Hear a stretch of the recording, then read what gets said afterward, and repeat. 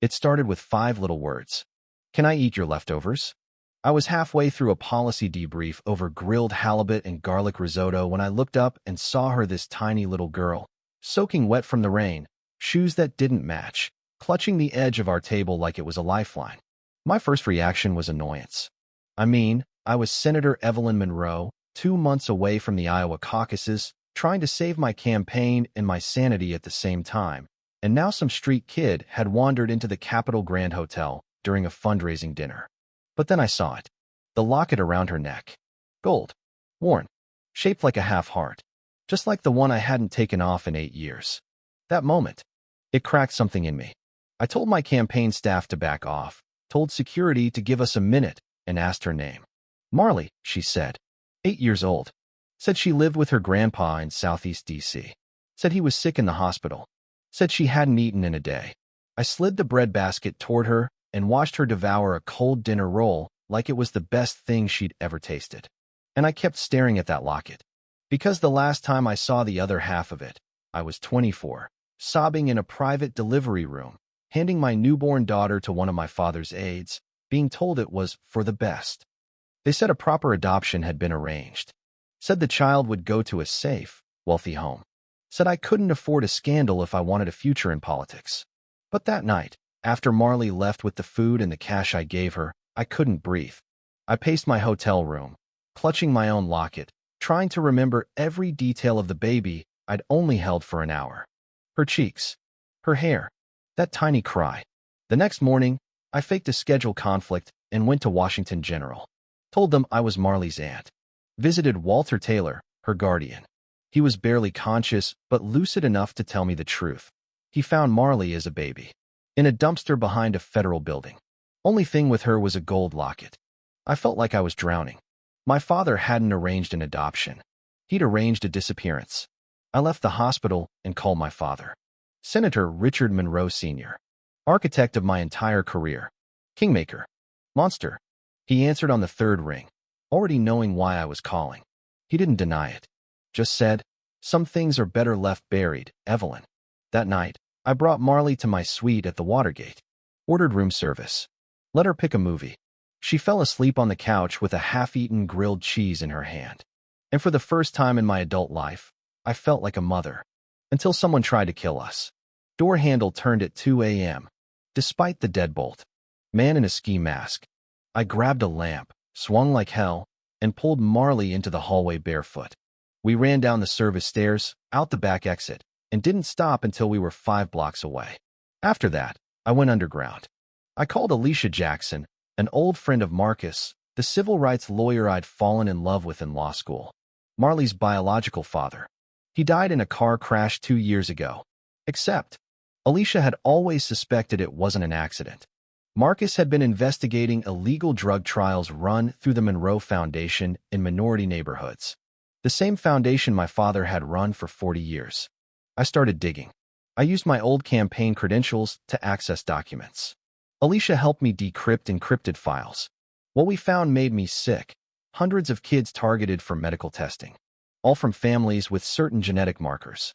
And buried in a file dated 8 years ago, a directive to acquire mixed-race specimens with trace markers D45X.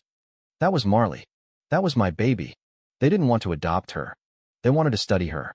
I knew I couldn't stay silent. But I also knew they'd silence me if I went public without proof. So we hacked my father's office. At 2 a.m. On a Thursday, Marley and I snuck into the Monroe Foundation HQ dressed as janitorial staff. She picked the lock like she'd done it 100 times Walter had taught her.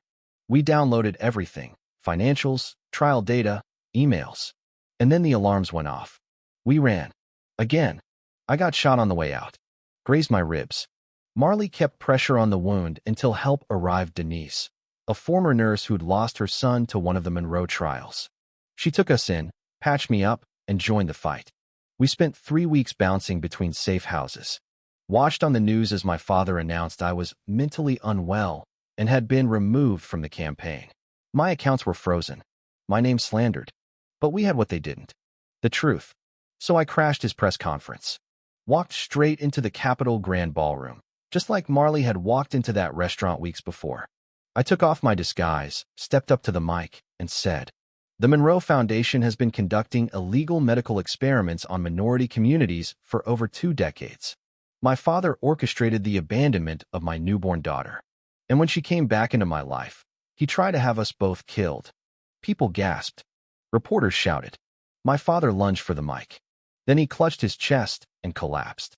And Derek, his fixer, tried to pull a gun. He missed. Security tackled him before he could fire again. It was all caught on live TV. I showed them the files.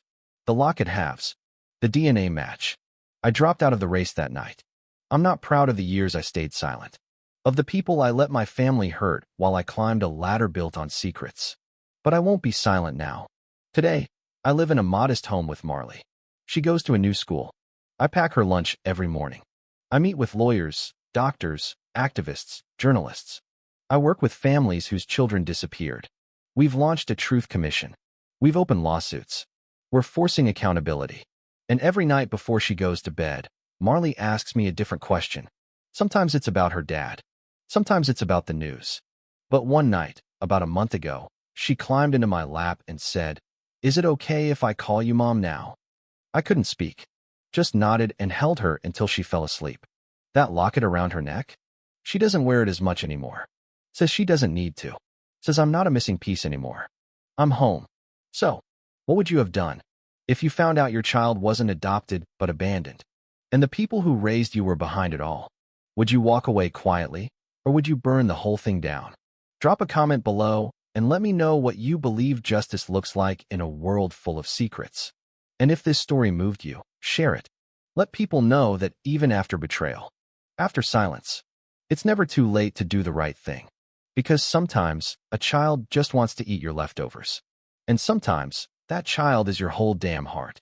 She looked at me, eyes wide, like she was trying to measure if I meant every word I just said.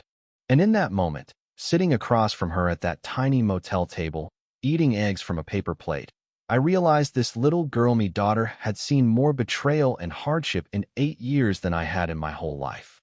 She reached across the table, slowly, placed her small hand over mine, and said, "You fight good for someone who used to be scared." I laughed quiet, surprised. Then I cried, and I didn't even try to stop it. That was the beginning of the end, and the beginning of something else entirely. The next morning, I called Sarah Chin again. No more hiding. No more running. We went public with everything. DNA results. The files. The video of Derek pulling a gun. Even my own testimony, confessing how I turned a blind eye to the very system that robbed my daughter of a future and me of 8 years I'll never get back. Congress opened investigations. Arrests were made. Reynolds Sr. tried to feign confusion from a hospital bed, but the walls were closing in. Derek turned on him fast, traded loyalty for leniency, and confirmed everything Marcus had suspected before he died. It took weeks for the media circus to calm, but the real work rebuilding trust, facing the weight of my past that had only just begun. Jasmine. She started calling me Mom, one evening as casually as if she'd been saying it her whole life. I didn't react right away, just swallowed hard, nodded, and kept folding laundry. But that night, after she fell asleep, I sat by her bed and whispered, "Thank you," into the dark like it was a prayer. We moved into a modest home near her new school. No marble floors, no political aids, no bulletproof windows, just us. I kept my promise. No more lies, no more ambition before family.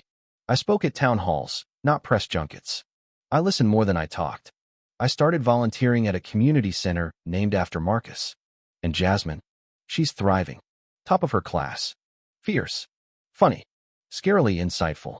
She once told me, "People always talk about power like it lives in offices and big houses. But power is choosing not to walk past someone who's hungry." I think about that every day. Walter never got to see any of this, and that still breaks me. But I hope, wherever he is, he knows Jasmine is safe, loved, and that the locket he guarded so fiercely finally found its match. We buried him next to his late wife, and Jasmine insisted on reading a eulogy she wrote herself. It was short, sweet, and devastating. He wasn't famous, but he found me, and loved me, and never let me go. Sometimes I wonder if Jasmine hadn't walked into that restaurant that night, hadn't asked that one impossible question, "Can I eat your leftovers?" Would I have kept living the lie? Would I have run for president while my daughter lived 2 bus routes away, hungry and invisible? It took that moment her hunger, her courageous shake me awake. Now I see it clearly. Love isn't measured in ambition or accolades. It's in peanut butter sandwiches, in hand-sewn backpacks, in 8-year-olds brave enough to walk into gold-trimmed dining rooms and ask for scraps, not knowing they were demanding their rightful place at the table. So here's what I ask you, yes, you, listening right now. What would you have done in my shoes? Would you have risked your future, your family name, your power just to do what was right? Or would you have looked away like so many do? Drop a 1 in the comments if you believe I should have come forward sooner, if you think I still have more to atone for. Drop a 2 if you believe redemption is earned one honest act at a time, no matter how late. And if this story moved you even just a little, hit that like button so more folks hear what happened to Jasmine, to Walter, to Marcus, and maybe see their own community a little differently. Subscribe for more stories that don't just shock, but shake us. Because sometimes, the truth isn't in headlines or handshakes, it's in a little girl's locket, and a mother who almost didn't see it shining. Thanks for sticking with us. And remember, second chances don't fall from the sky. Sometimes, you've got to fight for them with everything you've got.